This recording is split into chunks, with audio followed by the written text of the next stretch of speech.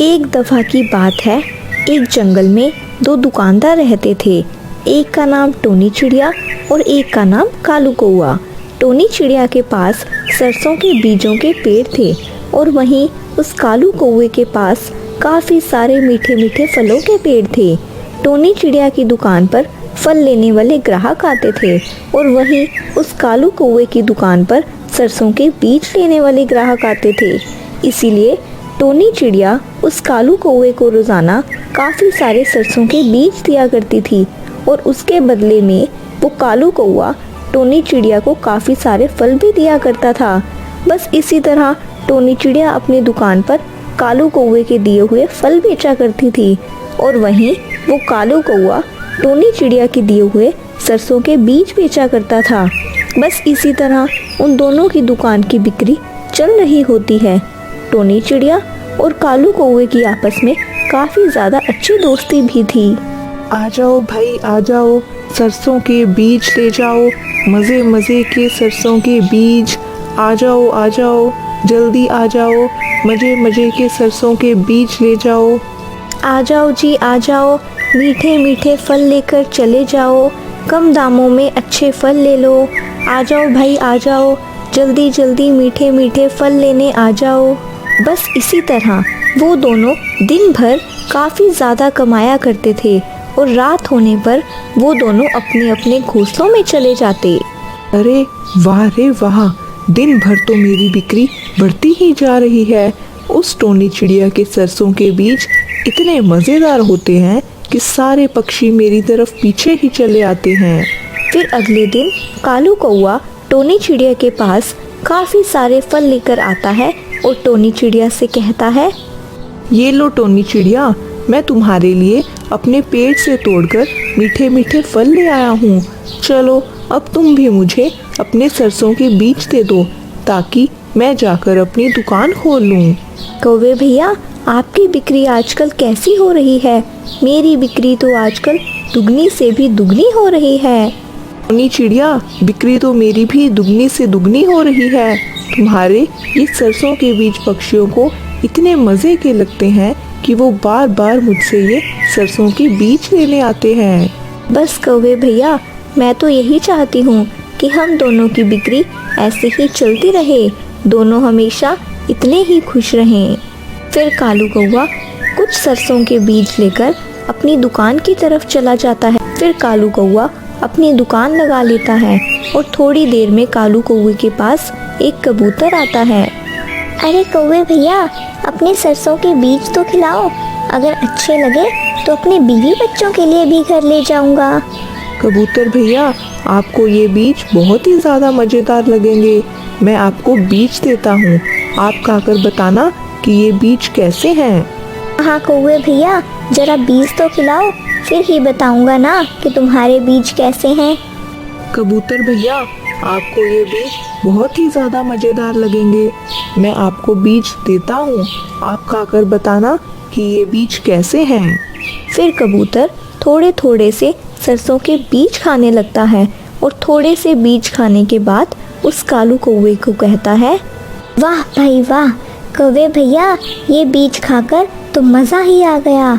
गजब के बीज हैं ये तुम्हारे। एक काम करो, 1 किलो ज़रा मुझे दे दो।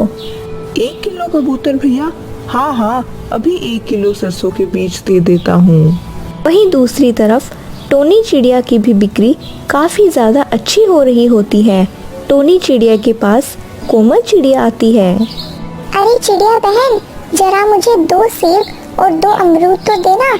मुझे और मेरे पति को आपके फल बहुत ही ज़्यादा मज़े के लगते हैं। पूरे जंगल में आप जैसे फल कोई नहीं बेचता। हाँ कोमल चिड़िया, ये बात एकदम ठीक है। मेरे जैसे फल इस पूरे जंगल में कोई नहीं बेचता है। इसी तरह उन दोनों का धंधा काफ़ी ज़्यादा अच्छा चल रहा होता है। फिर एक दिन कालू कौआ अपनी दुकान पर बैठा सोच रहा होता है, इस टोनी चिड़िया का धंधा तो दिन ब दिन बढ़ता ही चला जा रहा है।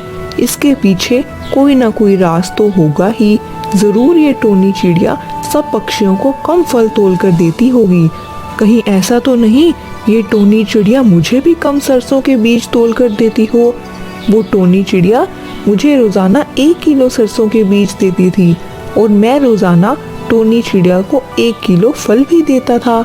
मैं जरा ये सरसों के बीज चेक कर लेता हूँ, मुझे पता चल जाएगा कि कहीं उस टोनी चिड़िया ने मुझे कम सरसों के बीज तो तोल कर नहीं दी। कालू कौवा जैसे ही वो सरसों के बीज तराजू पर तोलने के लिए रखता है तो वो सरसों के बीज 1 किलो से कम होते हैं। अरे ये क्या, मेरा शक तो एकदम ठीक निकला। इस टोनी चिड़िया ने मुझे सरसों के बीज 1 किलो से कम दिए हैं और रोजाना मुझसे 1 किलो फल ले जाया करती थी। इसका मतलब वो टोनी चिड़िया कितने दिनों से मुझे कम सरसों के बीज दे रही थी, तभी तो उसका धंधा दिन ब दिन बढ़ता चला जा रहा था। अब मुझे इस टोनी चिड़िया को सबक सिखाना ही होगा।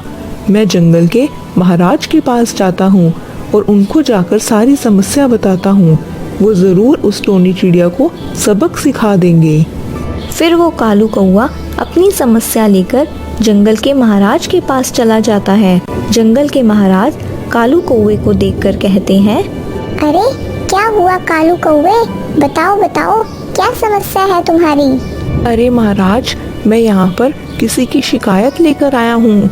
उसने मेरे साथ बहुत गलत किया है, इसीलिए मैं चाहता हूँ कि आप उसको सख्त से सख्त दंड दो। अच्छा बताओ कौन है वो, मैं उसको सख्त से सख्त दंड दे दूंगा। महाराज, मैं टोनी चिड़िया से रोजाना 1 किलो सरसों के बीज लिया करता था और उसके बदले में टोनी चिड़िया को रोजाना 1 किलो फल दिया करता था। लेकिन महाराज, जब आज मैंने उस टोनी चिड़िया के दिए हुए सरसों के बीज अपने तराजू पर तोले तो वो 1 किलो से कम थे। अब आप ही बताओ महाराज, वो टोनी चिड़िया रोजाना मुझे 1 किलो से कम सरसों के बीज दे रही थी और मुझसे 1 किलो फल ले जा रही थी। अच्छा, उस टोनी चिड़िया ने तुम्हारे साथ इतना गलत किया, मैं उस टोनी चिड़िया को माफ नहीं करूँगा। वजीर जाओ और उस टोनी चिड़िया को मेरे पास लेकर आओ। फिर टोनी चिड़िया को तोते महाराज के पास लेकर आया जाता है और टोनी चिड़िया को देखकर तोते महाराज कहते हैं, टोनी चिड़िया, तुम्हारे खिलाफ एक शिकायत आई है। तुम इस कालू कौवे के साथ गलत कर रही थी, जिसकी वजह से मैं तुम्हें बहुत सख्त दंड दूंगा। ये कालू कौवा रोजाना तुमसे 1 किलो सरसों के बीज लेता था और इसके बदले में वो तुम्हें 1 किलो फल दिया करता था। इस कालू कौवे का ये कहना है कि इस कालू कौवे ने जब आज तुम्हारे दिए हुए सरसों के बीज अपने तराजू पर तोले तो वो सरसों के बीज 1 किलो से कम थे। अरे तोते महाराज, मैं किसी को भी कम फल तोलकर नहीं देती हूँ, बल्कि कौवे भैया जो रोजाना मुझे फल दिया करते थे, मैं उन्हें तराजू के एक तरफ रखती थी और तराजू के दूसरी तरफ मैं अपने सरसों के बीज रखती थी। बस इसी तरह मैं सरसों के बीज तोलकर कौवे भैया को दिया करती थी। इसका मतलब तो आप महाराज समझ ही रहे होंगे। तो इसका मतलब तो कौवे भैया ही मुझे कम फल दे रहे थे, तभी तो कौवे भैया के पास भी कम सरसों के बीज जा रहे थे। तो महाराज, इसमें मेरी क्या गलती है? अरे चिड़िया, इसमें तुम्हारी कोई भी गलती नहीं है, सारी गलती तो इस कालू कौवे की है। ए कालू कौवे, तुम इस टोनी चिड़िया को कम फल तोल कर दे रहे थे, तभी तो तुम्हारे पास भी कम सरसों के बीज आ रहे थे। बुलबुल वजीर, एक काम करो, इस कालू कौवे को जाकर कारावास के पीछे डाल दो। इस कालू कौवे ने तोल में कमी पेशी की है, अब इसकी यही सजा है कि ये कारावास के पीछे ही रहेगा। फिर कालू कौवे को कारावास में बंद कर दिया जाता है और वहीं वो टोनी चिड़िया की बिक्री काफ़ी ज़्यादा अच्छी हो रही होती है। इस कहानी से हमें ये सीख मिलती है कि हम जो खड्डा किसी दूसरे के लिए खोदते हैं, हम उसमें खुद ही गिर जाते हैं। इसीलिए हमें कभी भी बिना सोचे समझे किसी पर भी इल्ज़ाम नहीं लगाना चाहिए। एक जंगल काफ़ी हरा भरा था। उस जंगल में काफ़ी सारे पक्षी भी रहा करते थे, लेकिन उस जंगल में सारे पक्षी एक दूसरे से लड़ा करते थे और उस जंगल में कोई भी पक्षी एक दूसरे को अच्छे से नहीं बुलाता था। उस जंगल में एक टोनी चिड़िया भी रहती थी। टोनी चिड़िया बहुत ही ज़्यादा समझदार थी। टोनी चिड़िया किसी भी पक्षी से नहीं लड़ती थी और वो सारे पक्षियों को समझाती थी कि लड़ना बहुत ही ज़्यादा बुरी बात होती है। लेकिन वे पक्षी उस टोनी चिड़िया की बात ना मानते और हमेशा एक दूसरे से झगड़ा करते रहते थे। उसी जंगल में एक कालू कौवा भी रहता था। कालू कौवा बहुत ही ज़्यादा सियाना था। वो हमेशा हर पक्षी को लड़वाता ही रहता था। अरे आज तो मजा ही नहीं आ रहा। चलो जाकर किसी पक्षी को लड़वाता हूँ। मुझे हर पक्षी को लड़वाने में बहुत ही ज्यादा मजा आता है। फिर कौवा वहाँ से चला जाता है।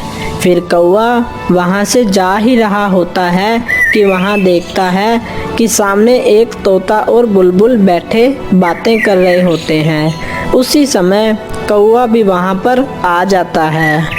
अरे अरे तुम लोग मेरी बात सुनो। कल जब मैं टोनी चिड़िया के पास गया तो टोनी चिड़िया ने मुझसे कहा कि हमारे जंगल में कोई एक पक्षी बहुत ही ज़्यादा बेवकूफ़ है। लेकिन टोनी चिड़िया ने उस पक्षी का नाम मुझे नहीं बताया। मुझे तो लगता है टोनी चिड़िया तुम दोनों में से किसी एक की बात कर रही थी। अरे कौवे भाई, मैं तो बेवकूफ़ हूँ ही नहीं। क्या पता वो चिड़िया इस बुलबुल के बारे में बात कर रही हो। ये बुलबुल ही ज़्यादा बेवकूफ़ है।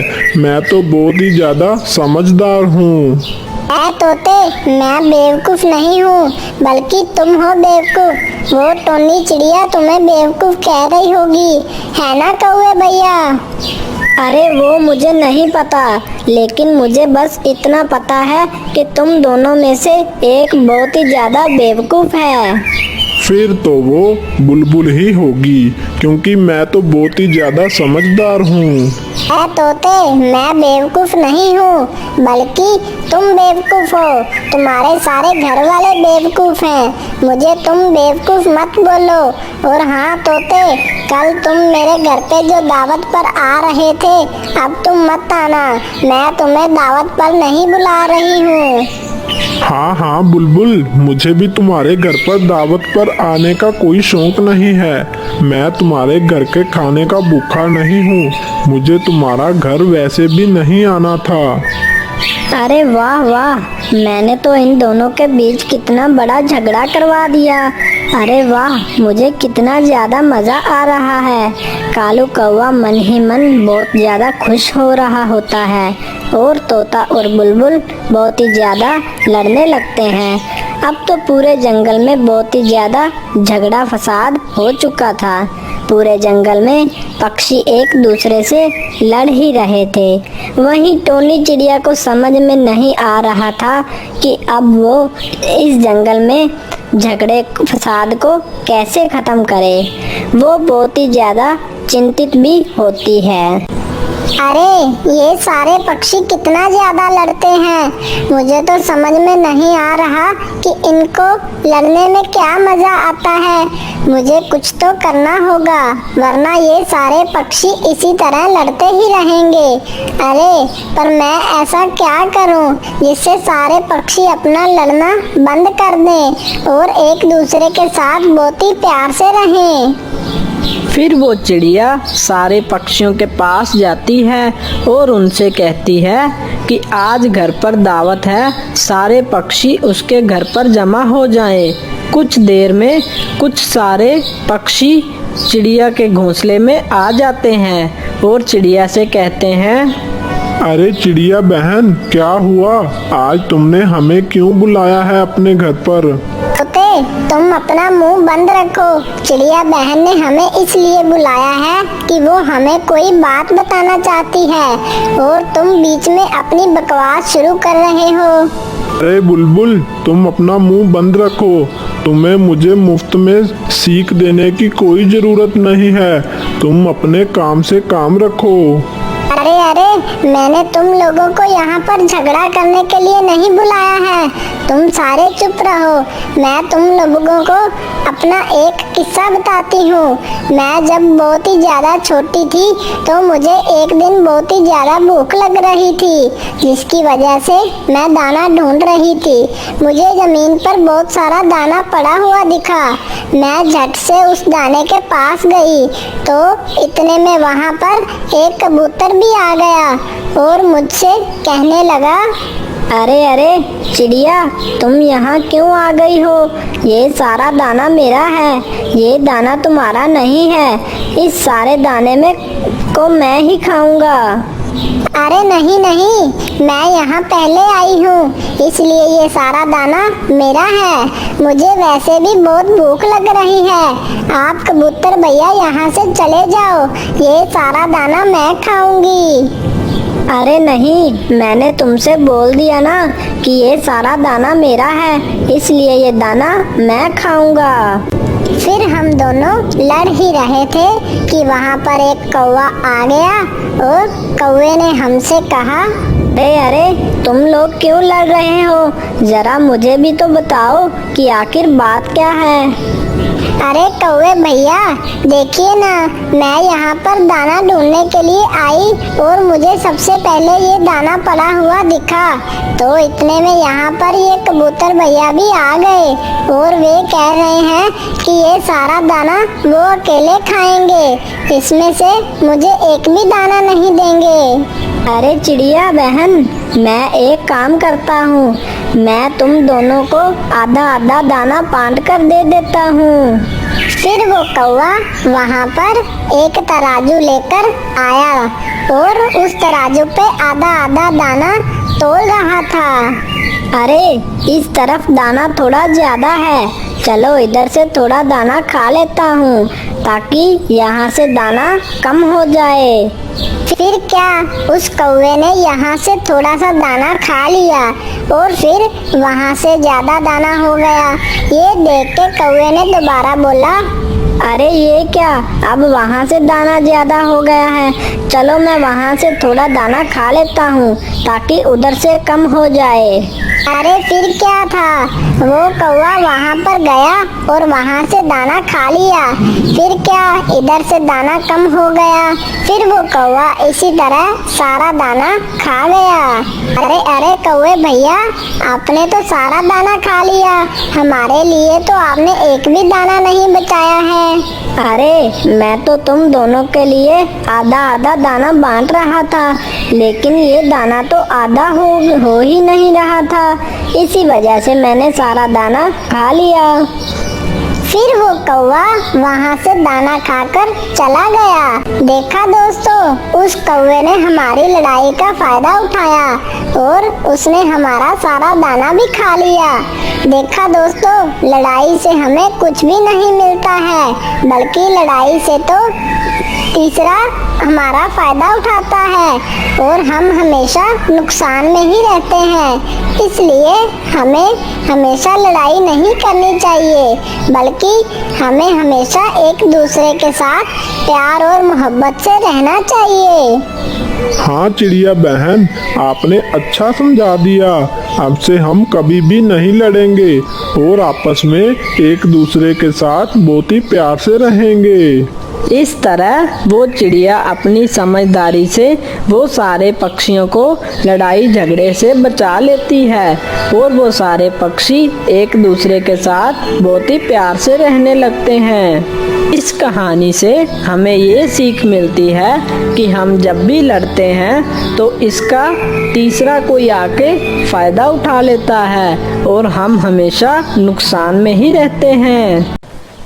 एक बड़ा ही खूबसूरत जंगल था। उस जंगल में काफी सारे पेड़ लगे हुए होते हैं और उस जंगल में दरख्तों पर पक्षियों ने अपने घोंसले बनाए हुए होते हैं, जिस पर वो पक्षी अपनी जिंदगी अच्छे से बिता रहे होते हैं। और सारे पक्षी बहुत ही ज़्यादा खुश थे क्योंकि उस जंगल में बहुत ही सुकून था, क्योंकि उस जंगल में ना तो कोई उनको तंग करता और ना ही कोई शिकारी उस जंगल में शिकार करने आता था। पक्षी बहुत ही खुशी से अपनी जिंदगी बिता रहे थे।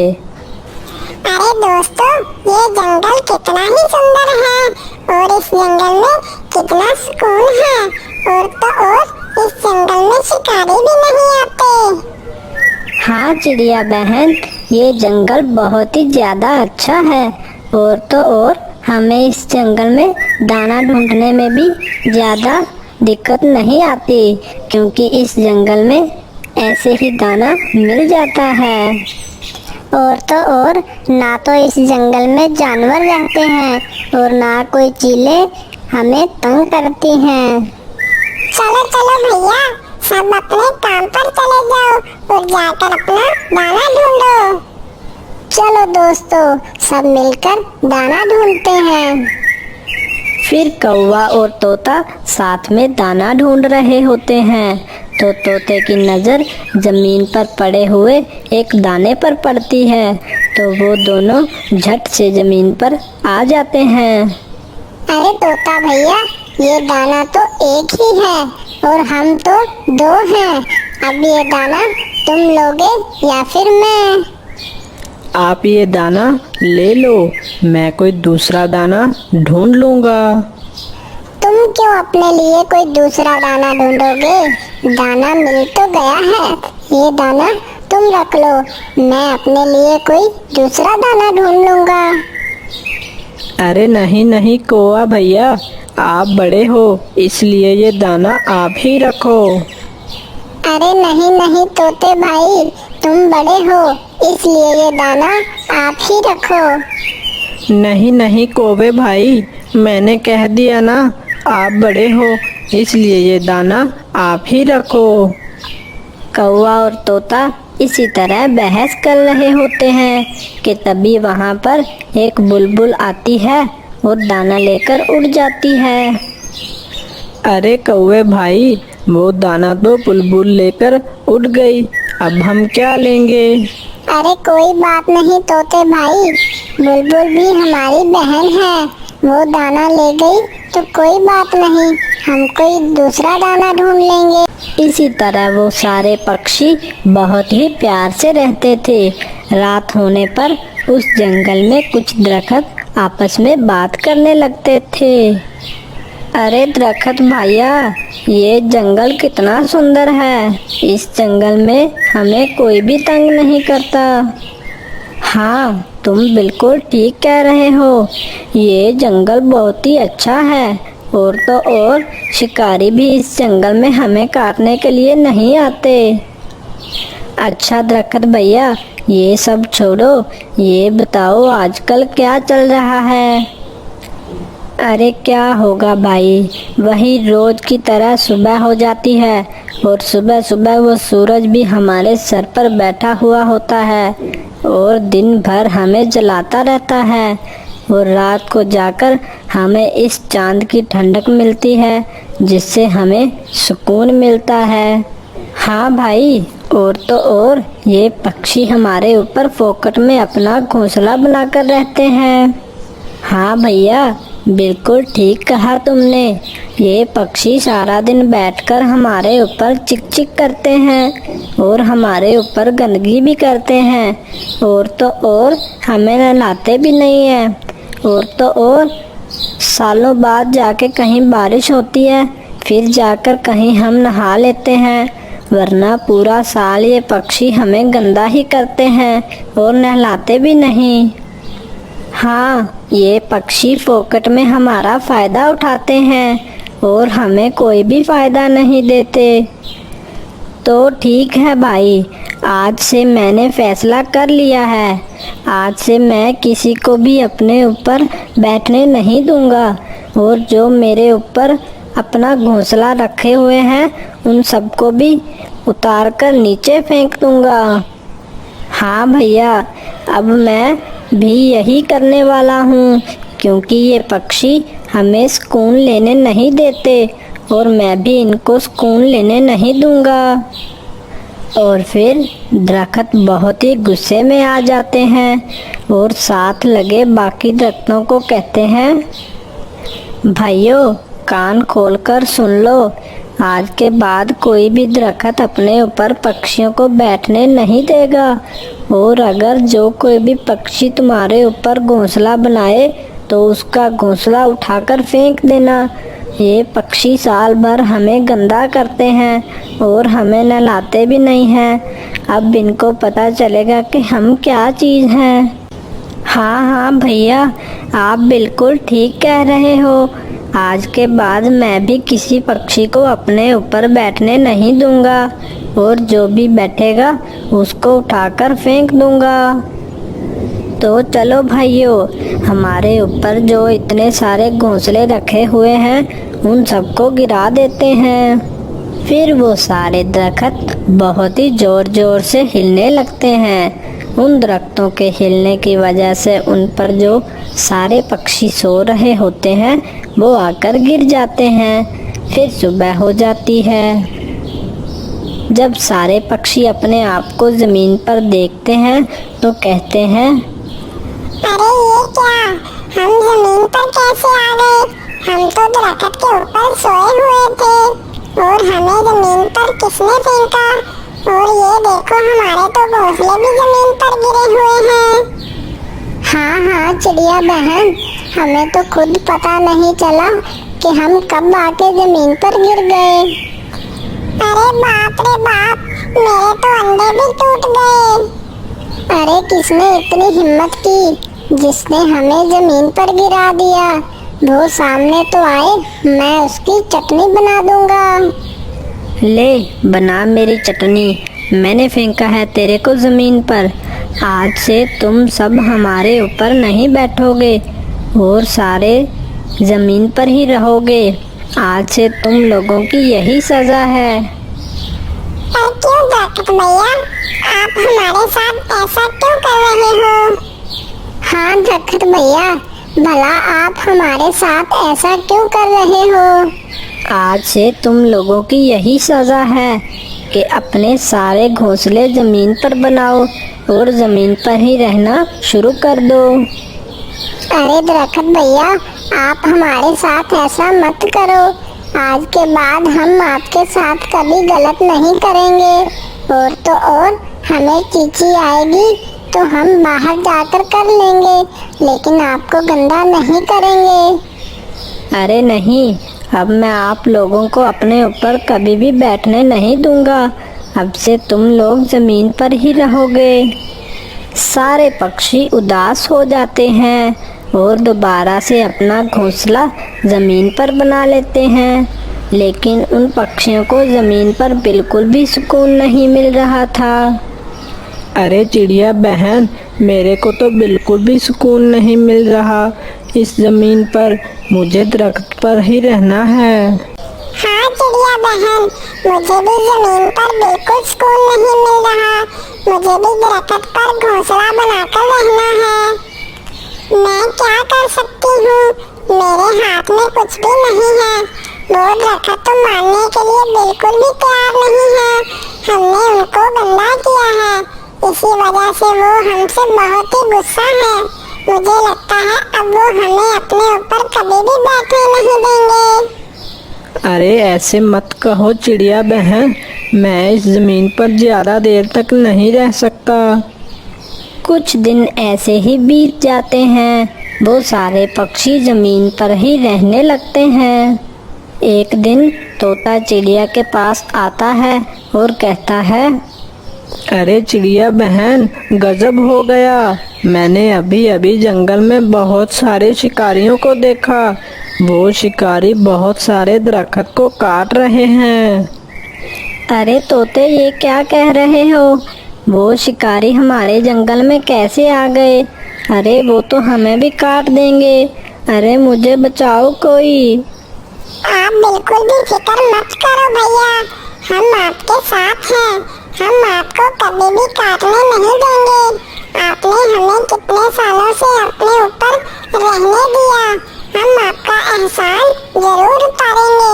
चलो भैया, हम सारे पक्षी जाकर उन सब शिकारियों को रोकते हैं। जहाँ पर उस तोते ने उन शिकारियों को कहा था वहाँ पर सारे पक्षी जमा हो जाते हैं। अरे तोते भाई, आपने कहा था कि यहीं पर है वो शिकारी, लेकिन यहाँ पर तो कोई शिकारी दिखाई नहीं दे रहा। हाँ चिड़िया बहन, मैं आपको सच सच बताता हूँ कि आखिर बात क्या है। चिड़िया बहन, मैंने आप लोगों से झूठ बोला था, जंगल में कोई भी शिकारी नहीं आए हैं। ये बात तो मैंने उन दरख्तों के दिल में जगह बनाने के लिए बोली थी। अरे पर भाई, इस बात से उन दरख्तों के दिल में कैसे जगह बनेगी? अरे चिड़िया बहन, अब हम उन दरख्तों के पास जाएंगे और उनसे कहेंगे कि हमने सारे शिकारियों को भगा दिया है। ऐसे उन दरख्तों के दिल में हमारे लिए जगह बनेगी, और तो और वो दरख्त हमें अपने ऊपर रहने के लिए जगह भी दे देंगे। अरे वाह तोते भाई, ये तो आपने बहुत ही अच्छा सोचा है। अब तो उन दरख्तों के दिल में हमारे लिए जगह बन जाएगी और वो दरख्त हमें अपने ऊपर रहने भी देंगे।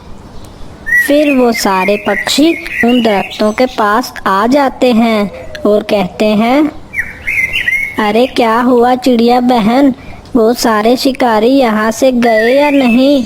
वो हमें काटने तो नहीं आ रहे हैं ना? अरे दरख्त भैया, हमारे होते हुए आपको भला कोई खतरा हो सकता है। हमने उन शिकारियों को मार मार कर भगा दिया और वो शिकारी कभी भी जंगल में नहीं आएंगे। मैं तुम लोगों से माफ़ी मांगता हूँ, क्योंकि मैंने तुम लोगों के साथ बहुत गलत किया। अरे नहीं दरख्त भैया, आप हमें अपने ऊपर रहने के लिए जगह दे रहे हो, यही हमारे लिए बहुत है। आखिर तोते की दिमाग की वजह से वो सारे पक्षी अपने घोंसले दरख्त पर बना लेते हैं और अपनी ज़िंदगी खुशी खुशी गुजारने लगते हैं। अगर आपको हमारी स्टोरी अच्छी लगी तो चैनल को सब्सक्राइब करना मत भूलिएगा।